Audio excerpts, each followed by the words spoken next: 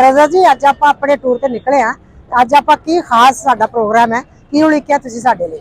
अच्छा अज असीं आए हैं बुल्ले शाह दी नगरी दोबारा।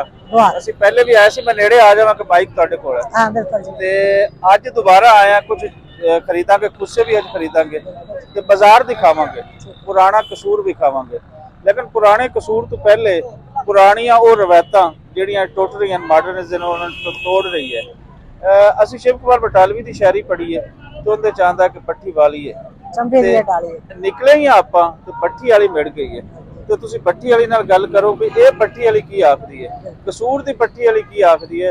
तो शिव कुमार बटालवी दी तो असीं पट्ठी वाली दी सुन चुके हैं। बिल्कुल कोलों लंघे साथ तो निगाह नहीं पई ते तुहाडी निगाह पई है। ते लो गलबात करदे अस पट्ठी वाली दे नाल बई सवेर तो शाम तक की कुछ करदे। अम्मा की बोल रही है?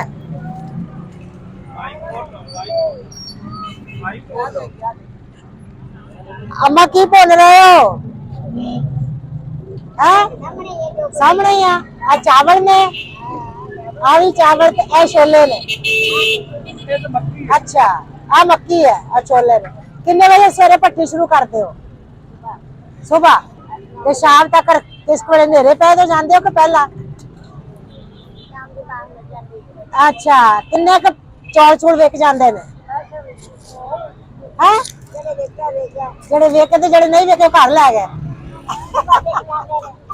अच्छा अच्छा अच्छा अच्छा यार रोकदे नहीं है कि तुसी इत्थे पट्टी लाई है? कोई रोकदा नहीं उरे आके कि इत्थे तुसी पट्टी लाई हुई है? अच्छा हाँ दुकाना वाले फिर तुहाडे दाने बेचण दिंदे ने, कोई रोकदा तो नहीं है? की नाम है मेरी अम्मा दा? हाजी शरीफा बीबी, क्या बात है। अम्मा तू वही कर देता। बच्चे बच्चे भी आंदे ने कदी पट्ठी ते नूर कोई ताड़ी नहीं? कौन कौन है परिवार दे विच? परिवार च कौन कौन है होर?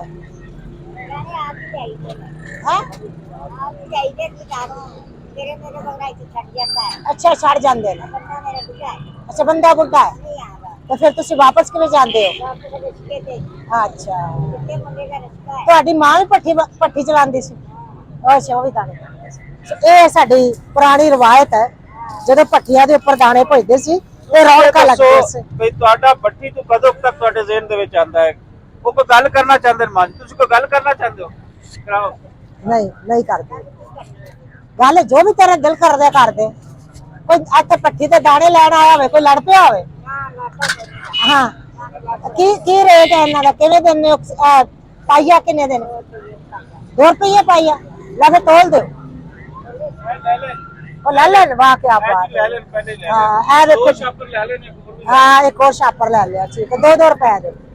ਇਹਦਾ रेट ਵਧਾ ਦਿਓ, 5 ਦਾ कर दो, महंगे हो गए ने। ਆ ਦੇਖੋ ਇਹ ਮਾਤਾ ਦਾ ਛਾਨਣਾ ਹੈ, ਇਹ ਛਾਨਣੇ ਨਾਲ ਵਿੱਚੋਂ ਕੱਢਦੇ ਨੇ, ਉਹਦੇ ਨਾਲ ਛਾਣ ਕੇ ਦਿੰਦੇ ਨੇ। ਇਹਨੂੰ ਕੀ ਬੋਲਦੇ ਹੋ? ਬਾਲਣ। हाँ एक कानिया के ऊपर लिखा होया चल, ठीक है ठीक है। अम्मा जी दी बसती रहो, मेहनत कर दी है। हाँ बाबे दी चंगी सिखड़ी है, क्या बात है। अच्छा तुसी ये दसो भट्टी ते खड़े जे, भट्टी दा तुसी शिव कुमार बटालवी दी शायरी च पढ़ा है या अपनी जिंदगी दे विच भी तुसी कोई ऑब्जर्व कीता है? जी साडे पिंड 2 भट्टियां होंदियां सी।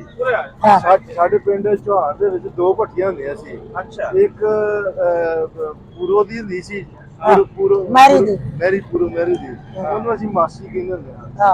ਤੇ ਜਦੋਂ ਅਸੀਂ ਦਾਣੇ ਭਲਾਉਣ ਜਾਣਾ ਨਾ, ਮਾਸੀ ਸਾਡੇ ਦਾਣੇ ਪਹਿਲਾਂ ਭਲਾਉਂਦੇ ਤੇ ਉਹਨੇ ਆਣਾ ਭੇਵਿਆ ਬਹਿ ਜਾ ਵਾਰੀ ਕਰੂੰਗੀ ਮੈਂ। ਇਹ ਨਹੀਂ ਕਿ ਮੇਰਾ ਭਣੇਵਾ ਲੱਗਦਾ ਤੈਨੂੰ ਪਹਿਲਾਂ ਕਰ ਦੂੰਗੀ, ਉਹ ਗਾੜੀ ਉਹ ਇਸ ਤਰ੍ਹਾਂ ਕਰਦੀ ਹੁੰਦੀ। ਇੱਕ ਦੂਸਰੀ ਹੁੰਦੀ ਵੱਡੀ ਪਰਲੇ ਬੰਨੇ ਸੀ, ਉਹਦਾ ਮੈਨੂੰ ਮਾਈ ਦਾ ਚੇਤਾ ਭੁੱਲ ਗਿਆ। ਇਹ ਪੂਰੋ ਜਿਹੜੀ ਮਾਸੀ ਸਾਡੇ ਕਿਉਂ ਸੀ, ਕਿਉਂਕਿ ਮੇਰੀ ਮਾਂ ਤੇ ਜਿਹੜੀ ਪੂਰੋ ਸੀ ਇੱਕੋ ਪਿੰਡ ਦੀ ਸੀ। ਅੱਛਾ ਬਲਕਪੁਰ ਹੈ ਨਾ ਇੱਥੇ, ਹਾਂ ਇੱਥੋਂ ਦੀ ਸੀ ਬਲਕਪੁਰ ਜਿਹੜਾ ਗੱਡੀ ਦੇ ਲਾਗੇ। ਇਹ ਵੇਖ ਲਓ ਜੀ ਕਿ भट्टी ते पंजाब दी रही है, दाने दोने लोग खाते रहे जिंदे च चावल, ये ਅਸੀਂ बचपन ਦੇ ਸਾਰੇ ਖਾਂਦੇ ਰਹੇ।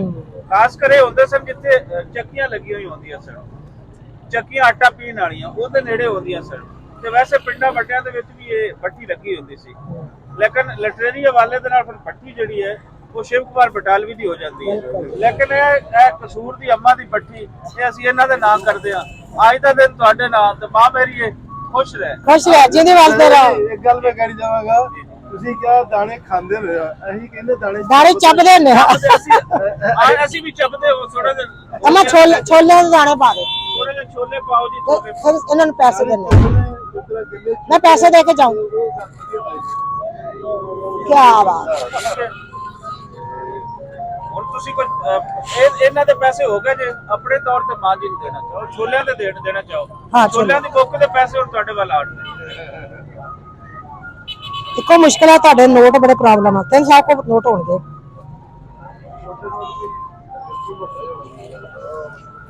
ਮੈਂ ਦੇ ਜਾਣਾ। 100 ਵਾਲਾ ਦੇ ਦਿਓ। ਮੈਨੂੰ ਲੱਭਣੇ ਬੜੇ ਔਖੇ ਨੇ, ਮੈਨੂੰ ਪਤਾ ਨਹੀਂ ਲੱਗਦਾ ਕਿਹੜਾ ਕਿੰਨਾ। 100 ਵਾਲਾ ਲਾਲ, 100 ਵਾਲਾ ਲਾਲ। ਲੈ ਅੰਮਾ ਗੱਲਾਂ ਕੀਤੀਆਂ।